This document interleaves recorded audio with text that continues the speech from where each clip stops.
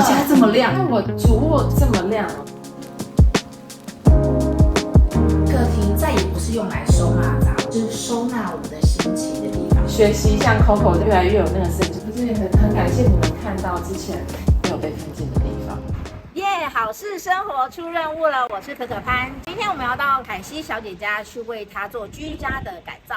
凯西小姐呢，她的居家环境充满了很多大家具，然后她很想要改造，但是不知道从何下手。所以呢，我们今天就要一起去陪她，把她的家改造成她喜欢的模样。如果你也喜欢这样居家改造的方法、策略，还有案例的分享呢，欢迎锁定我们的频道，记得按赞、订阅，还要打开旁边的小铃铛哦。那我们就出发吧 ，Let's go！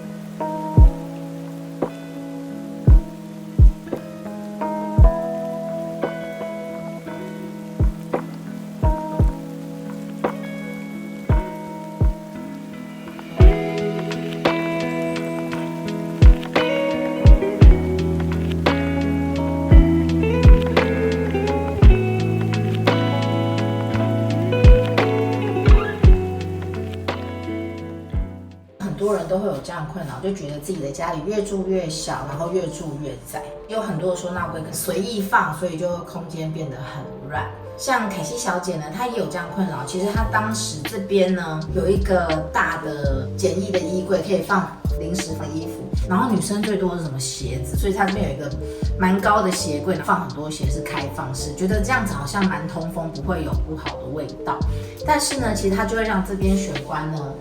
一进来会有一个空间的压迫感。但是我们现在做了一个改造，把柜体呢做的比较低，然后呢一样有充足的鞋子的收纳。那这样子在整个空间上面呢，也会觉得视野是豁然开朗，采光是不受影响的。那我们也把收纳区跟休闲区做了一个很明显的区隔。凯西小姐平常很喜欢在家里的墙壁上，原本是很喜欢贴一些放的明信片啊，或者是一些短文，甚至是小画作。为了让她以后陈列画作更方便，我在这边做了一个这样子的一个照片墙，让她以后用夹的方式可以抽换她喜欢的作品。这边也会变成一个她的小小艺廊。然后我们也用微爆灯去投射它，让这边的展示品可以更完美的被呈现出来。会不会觉得这鞋柜有点面熟？其实呢，它就是 IKEA 我们很爱用的鞋柜，它一个格子可以放下4双鞋。然后我们这一次呢，希望让我们的女主人有一种浪漫感觉，所以我们就加了这个手把，这样让整个鞋柜看起来是不是变得非常的有女人味呢？那每次在用的时候打开就觉得心情好好，可以再多买2双鞋哦。一开始大家可以看到原本的影片，就是这边呢是一个超级大的电视柜，上面就会放了很多的，因为凯西小姐很喜欢一些装饰品，就会放很多装饰品啊，可是又占了很大的一个地面的空间。她其实很想要让空间宽敞一点，想要邀请多一点朋友来家里玩，所以呢，我们就做了一点调整，把大的电视柜移到储藏室去做收纳的功能。那这边呢，用层架来展示它的这一些美好的装饰品。那电视呢，就直接上墙，可以把地面的空间恢复回来，还原。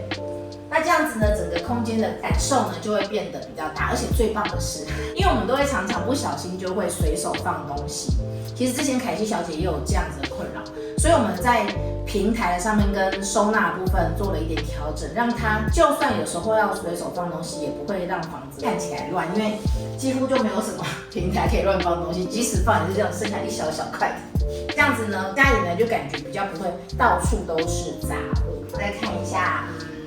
收纳区这边的区域呢，原本是一个餐桌区，一般的家庭就会很习惯在这边放一个餐桌，凯西小姐也是这样。但是呢，因为现在的人的生活习惯其实有点改变，在餐桌上面吃饭的经验反而是越来越少了，餐桌就不小心变成堆放杂物的地方。凯西小姐也有这样的困扰，所以呢，我们就做了一点调整，让这一区呢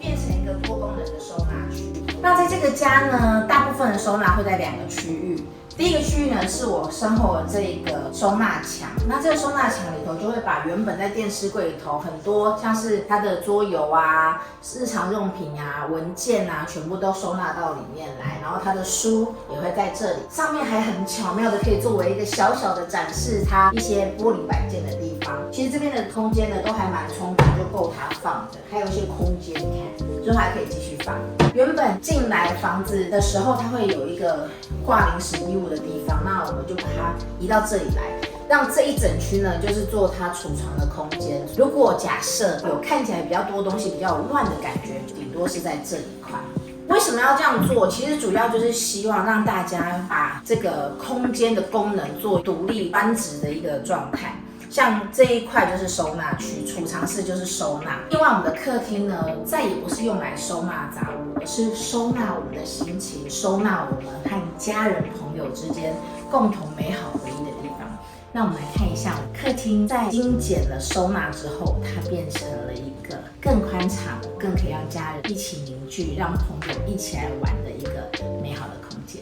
原本啊，这边的空间就是比较狭窄，然后有很多杂物，不小心堆放的杂物。但是现在呢，这边就变成一个很轻松，让凯西小姐回来就可以好好休息的地方，然后也可以跟朋友一起在这边玩。我们尽量让收纳精简化，让这边比较少可以放东西，也因为这样呢，也会减少我们的人性考验，就不会到处都堆放的随手方便放的东西。另外呢，凯西小姐她的朋友来的时候，可以在哪里一起用餐，或者是一起画画呢？就是这里，我们在这里呢准备了一张折叠桌，平常它是可以放在这里，跟层架这样子成为一组的一个画面。但是当朋友来的时候，就可以打开，然后变成一个非常好的聚餐和聚会的地方。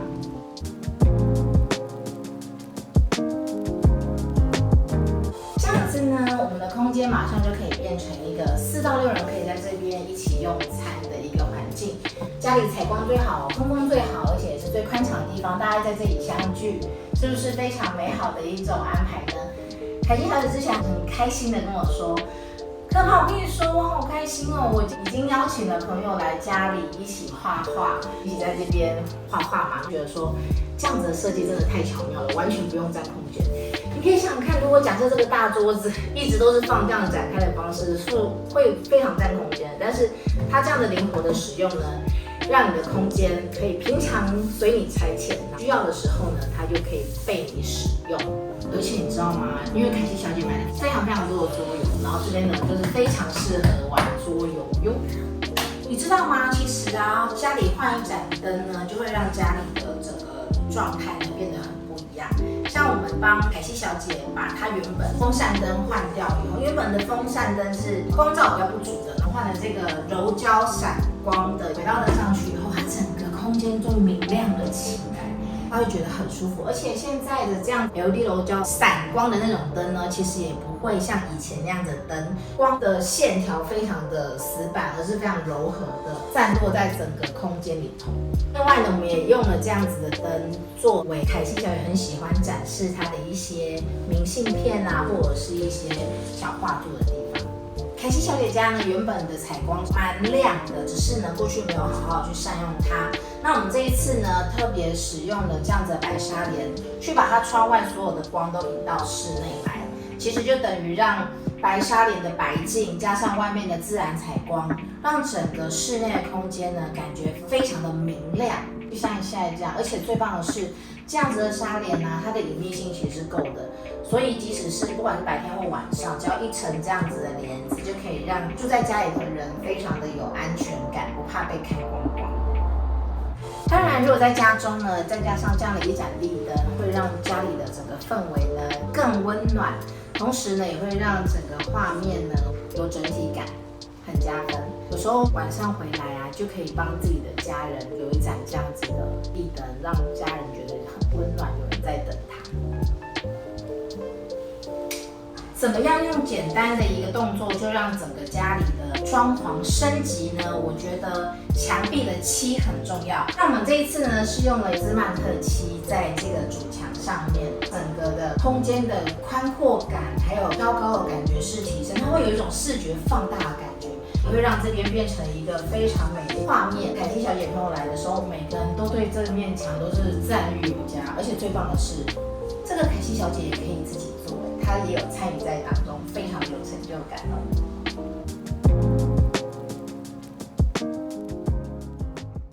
我们这一次呢，为凯西小姐规划这个房间，完全改变她原本的风格。因为呢，我们常常在买一些收纳家具的时候，常常是看到一个喜欢就买一个，但是呢，整体的搭配感呢，就会常常搭不起来。例如我这个时期很喜欢原木，但是我下个时期突然很喜欢白色，所以常常会就是像 before 这样，就是会有很多种不同颜色的柜子。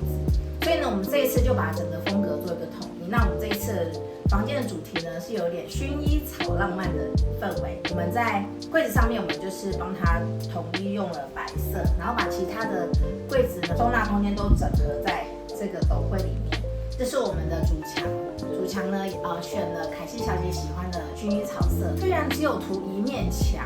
但是呢，她觉得整个房间的氛围就不一样。她每天睡觉的时候就看着这个紫色的墙壁，她就觉得超浪漫、超疗愈，觉得很幸福。我们用白色的纱帘呢，让凯西小姐在白天起来的时候呢，就是被一个很浪漫、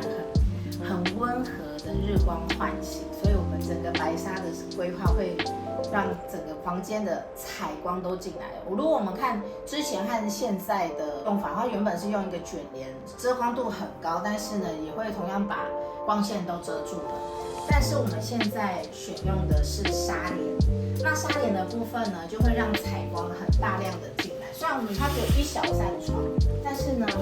整个纱装上去之后，就会无限想象，觉得后面有一大扇窗的感觉，对不对？对。在这里后面啊，有一个双型冷气的孔。那原本它是外露丑丑的，但我们就是用窗帘把它整个做成一个大落地窗的设计，让这边的视觉变得辽阔了，就真的很像在饭店的感觉。今天早上凯西小姐起床说，她很兴奋的拍照给我看，说她觉得超舒服的，在这样的氛围中醒来。我觉得这一次最有成就感的，除了整个房子从中古屋变成新屋的感觉以外，还有一个很有成就感，就是我们把中古的家具也给它一个焕然一新的新的生命。那其实很多家庭啊，也会像凯西小姐一样，就是原本购置的家具其实是比较以前流行的颜色，像是以前喜欢很稳重的深色的木头啊，或者是比较原木的，甚至是红木的状态。那这一个衣柜呢，本来是比较深色的木纹嘛，那但是我们就用家具漆，然后再改了这个五金之后，它就整个变成一个很新的衣柜的感觉，而且它有一种莫名的微乡村风。然后原本这边这个纹路超酷的，它这是咖啡色的纹路的时候，就会觉得有一种说不出的 China 风。但是呢，它一涂上白色，也会觉得什么？你真的有一种就是美式和欧式的感觉。然后我就觉得哇，非常的欣慰，因为我们就是很想要给凯西小姐一个唯美式乡村风房间的氛围。凯西小姐一回来说很不可思议，因为呢，我们之前在做改造的时候啊，家具漆第一层涂上去的时候，真的是怀疑人生，想说完蛋了，这个颜色很恐怖，就是根本盖不过去。然后第二次的时候也觉得我糟了，我是不是要重买一个柜子了？因为那个第二层的颜色一样也是会有里面原本深色纹不均匀的橙色出来。但是当我们在涂到第三次的时候，就发现它就整个上色颜色非常的饱和，焕然一新。玩家具改造这件事情让我觉到就是呢，我们生命的改变有时候就很像改造这个家具一样，就是需要耐心，一次一次，然后就会不要放弃，最后一个步骤就会成功。接下来还有另外一个改造，想跟大家分享。另外一个很有成就感的呢，就是这个IKEA的柜子。你看出来它是IKEA的柜子吗？原本呢，它就是一个很简单的现代感比较重的一个斗柜，但是呢，我们就觉得想要把它融合，有一点美式乡村风，所以我们就做了一点改变。我们做了两个动作，第一个就是加了这个饰条，就是木条，加上一个五金。它不是非常完美，但是我觉得它的质感呢，其实已经有提升，而且非常适合这个房间的氛围。那凯西小姐在看到的时候，她也一起参与在当中，她知道当中的一些很有趣的幕后花絮，但是她觉得改完的话，她觉得非常的美，非常的加分，就是超喜欢的。而且她有参与感，我就觉得哇，柜子真的是意义非凡，是不是很美？而且就是觉得有一种，它有一种升级感，它它原本是那个IKEA 599年的那一个柜子，那现在呢有没有一种感觉，身价也提升了？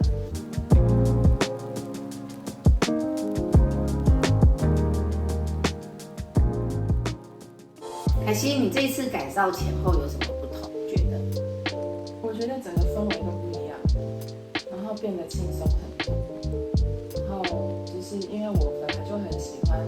有一些小的布置跟装饰，然后我觉得现在的改造之后就可以把那些布置跟装饰之前买的那些漂亮的小东西都可以摆出来这样子。然后我觉得其实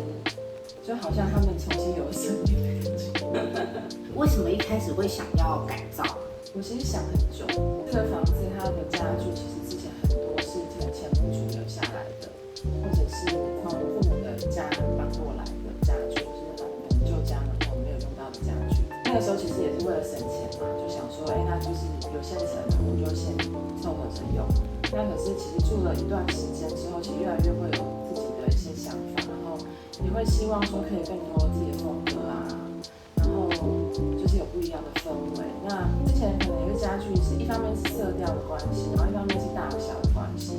那或是可能是有比较早期的家具，它的设计跟它的功能其实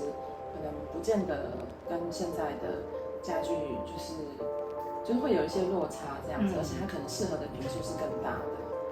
对，例如你原本你喜欢的某种品牌的那个家具，跟你原本家人给你的家具，他们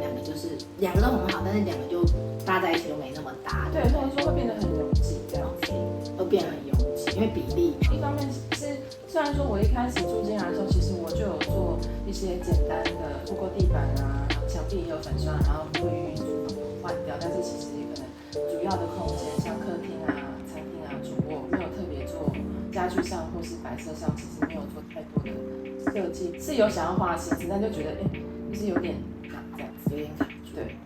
就是其实你有用心想要去添购一些家具，对，然后来营造自己风格，但是就是两个再搭在一起，就会觉得对，他们好像就是不同世界，硬要在一起。对，然后就是会觉得好挤哦这样。OK， 了解。那这一次是你第一次参与就是改造家具或者是涂油漆这件事嘛，对不对？对。那你觉得参与在当中你有什么样的心得和收获？可以跟你们一起做这件事，我觉得非常开心。就是我其实本身也是喜欢画画，尤其是可能当有整面墙就是这么大的空间让我去画的时候，其实对我来说是真的是很有趣、很好玩，就是很舒压的一件事。就好像你在画的时候，尤其是在一开始在七次班课的时候，就是会觉得，你就是很专心在这件事情上，其他什么事情都不会想到。我之前没有发现说，原来我在做这件事情的时候是可以这么投入。对，比如说可能有人跑步，其他的方式，但是这个就新发现了一个，原来涂油漆也是这么有趣的一件事情，而且我也很喜欢看那些不同颜色它带来的一些氛围、调色的东西，我也觉得很喜欢这个过程。我们后来其实还有做了几件事，我们还改造了老气的衣柜嘛。对。那你觉得那个参与的过程，涂家具漆啊，或者什么？对，我觉得这一次就真的是学到很多。它要上第一层，然后第二层、第三层。第一层因为是透明的，所以你涂完就是没什么感觉嘛。那上第二层的时候就会发现，奇怪，怎么涂完的样子是真的会，就是会觉得说奇怪，怎么色上的这么不匀？那直接这样做是对的吗？完蛋了。对，就会觉得说完了，这样是不是其实就是干脆买一个新的好了？是不是？参与那个改造我斗柜的那个过程当中，其实也会有一点，这样做真的好吗？根本就不要这样做，不要弄那么复杂，这样子。你后来成果出来的时候，就发现，就是怎么可以有这么大的变化？就是还好有撑过，就中间，当然就是尝试，就算不 OK，其实也不会怎么样。就是这也不是花真的很大的钱，而且就你参与在这改造过程当中，其实都是收获。但是出来结果真的是超过你的想象。但好像在做一件事情就有过程，第一步骤还没有结果，第二步骤感觉离结果很远，可是第三步骤一定要坚持到最后一步才可以看到它最美的样貌。对，如果你没有看到它最后的样子，其实你是不知道原来它可以到这个样子的。我会觉得说，我认识你吗？脱胎换骨，对，换了一个漆，然后把手换了之后，就觉得完全不是我之前认识的那个衣柜，就之前那个衣柜可能就是5000块，然后但是你光看它现在漆的样子，就身价翻倍这样子。IKEA 最平凡的斗柜，对，也是。那其实它原来的样子，我觉得其实就不难看了，就是我也是喜欢简单的风格这样。想说会不会这样会不会弄太复杂？中间我一个很抗拒，觉得说那线板就好，就不用再加那个把手。可是真的没有想到说哇，线板跟把手整个一搭上去的时候，他们就是应该要在一起，他们要在一起。对，你差点拆散人家了。对，我差点拆散人家。然后我觉得真的是，就是很感谢你们，就是很有那个眼光，就可以看到他之后的样子会是怎么样。就是我觉得在过程当中，就是我觉得很佩服 Coco， 他可以看到说这个完成之后会是什么样子。因为它不是从0到1，而是看到0.1、0.0慢慢变成不太一样，就是这样弹指之间。对，中间就是会有一。你有没有觉得这很像我们自己的生命也是这样？就是有时候生命在成长的时候也是会经过一些高低。如果当我们就是继续就坚持走到最后，你怎么知道会不会脱胎换骨？原本以为向下，结果要起跳。好有哲理哦，很好玩。然后你觉得你走进来就是看到家一天天改变，甚至是到最后一天进来的时候，你觉得心里头有什么样的感动？中间当然会有一些过程，就是很乱的时候，有的东西全部都要翻出来啊，然后找不到东西啊，或者东西到处都灰尘啊，没有想象中这么的难受，因为你已经看到一些很美好的，比如说像这个客厅的主墙、卧室，其实我真的觉得墙面的换色真的是改变氛围很大。然后你就会开始期待倒数第2天，然后最后一天看到那个成果，就好像是梦想成真的感觉，然后而且是属于你的东西，而且可能加了很多朋友的祝福在这个里面，这样子。本来卧室窗帘是直接那种是拉帘然后卷帘这样子，变成这样拉的窗帘，早上起来那个阳光其实很舒服。本来以为我很需要那种遮光很厚的窗帘，但是其实发现不用，它有自然的光透进来，其实更舒服。真的发现，像你像自己很像公主，被阳光就是唤醒，是不是早上起来就觉得心情挺好的？对，在自然合适的时间就会醒来。你是被自然的阳光叫醒的，而不是说好像你遮光遮得很重，然后睡到几点你都不知道这样子。因为我们外面有阳台的小露台，然后我有摆盆栽在那边。那我觉得可以直接就是窗帘这样拉开，然后看到那个盆栽的感觉，其实是真的很好，就跟之前那个卷帘的感觉是差很多的。因为卷帘它就是你要看到它的话，就是你要整个你跟它的距离变得很近，就是你这样子就可以看到它了。对，你这样就可以看到它，我也可以留着纱那一层，然后就看到外面的东西。那就不像卷帘之前就是1跟1这样。中间渐层的变化，美感。其实还有另外一个想很久、很希望可以改变的，就是灯。如果帮我换成那个轨道灯还好我之前就是没有冲动自己去找那些灯具。然后我觉得轨道灯它其实是可以非常弹性运用的，然后它可以适应到任何的空间，我觉得。然后而且它的照明也非常的足够，完全可以衬托整个空间的美感。甚至他自己也是很美的。我们那时候把灯换下来，然后灯装好，一打开的一瞬间，其实我有很感动。是你的家整个就是明亮起来，而且对光也会让家好像变新家的感觉。对，光是真的是一个很重要的元素，在你的居住环境上。我觉得就是这一次改造呈现出来的氛围，就是我喜欢的那种自然的感觉。针对某些地方会有一些聚焦，说像我的玄关漂亮的月历。或什么之类的，那像客厅的话，也许是针对墙，或是针对一些摆设，同时有聚焦，但是又不会说太突兀这样子。我这一次在帮你把那个原本的房间的窗帘改变一下风格之后，我觉得你的房间就突然变得很亮，原来真的你家这么亮。对，原来我也看发现原来我主卧就是这么亮哦。对，我觉得这一次的改造就是让很多的这个家本来有的美好的优点的地方，它可以再次的发挥出来。这么大的落地窗，然后我的主卧它的采光其实是蛮好的。这个空间其实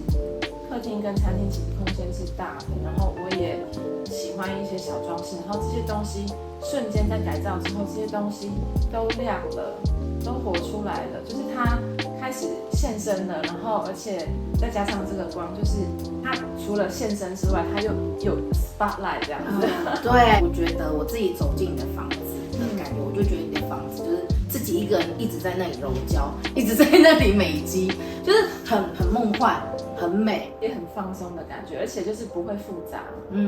就简简单单的，不会复杂。那你像 Before After 你住在里面的感受呢？就它真的都是这些美好的东西他们都有舞台了，对，都有舞台了。对，现在我们的家就是我们家的每一个角落，然后每一个你喜欢的东西，它都有属于它的舞台在那里，都在对的地方，然后不会说谁抢谁的风采，但是你就会觉得他们在那个地方就是很好，很适合他们的地方，会呈现出他们最美好的那一面，这样子。那你这样子，这个改造前后，你觉得住在里面，你会有一种格外幸福，或者是被爱，或者是觉得回家真好，然后很喜欢待在家的感觉吗？会觉得回家很好，然后会更想要好好的珍惜这个空间，更好好善待自己吧。对，就是有一种深深被祝福的感觉。谢谢你们跟我们团队这边东西。耶，我们也非常的开心可以住。就是也很感谢你们看到之前，就是我觉得可能不管是我自己没有发现，或是就是没有被听见的地方，而且现在这样，就是随时随地都可以邀请朋友来家里。对，真的，你猜，没错，就会很大方，有的时候你们随时来，随时来 ，OK 的随时来都是不是？因为我把客厅的很多收纳空间都移动到收纳区，那你觉得在你这样的生活的方式还习惯吗？现在刚开始其实还不太知道，但是我觉得对自己的习惯也开始有些改变，这样子，我觉得就是学习像 Coco 这样，就是越来培养越来越有那个深，就是这个东西它的家在哪里？我跟你讲，我是过来人，其实我之前也是，因为我人性就是这样，就是大家都会随手，然后其实生活上就会花很多时间在找这些东西，可能增加很多机会去管小孩，小孩被管，老公被管，然后就家庭计分。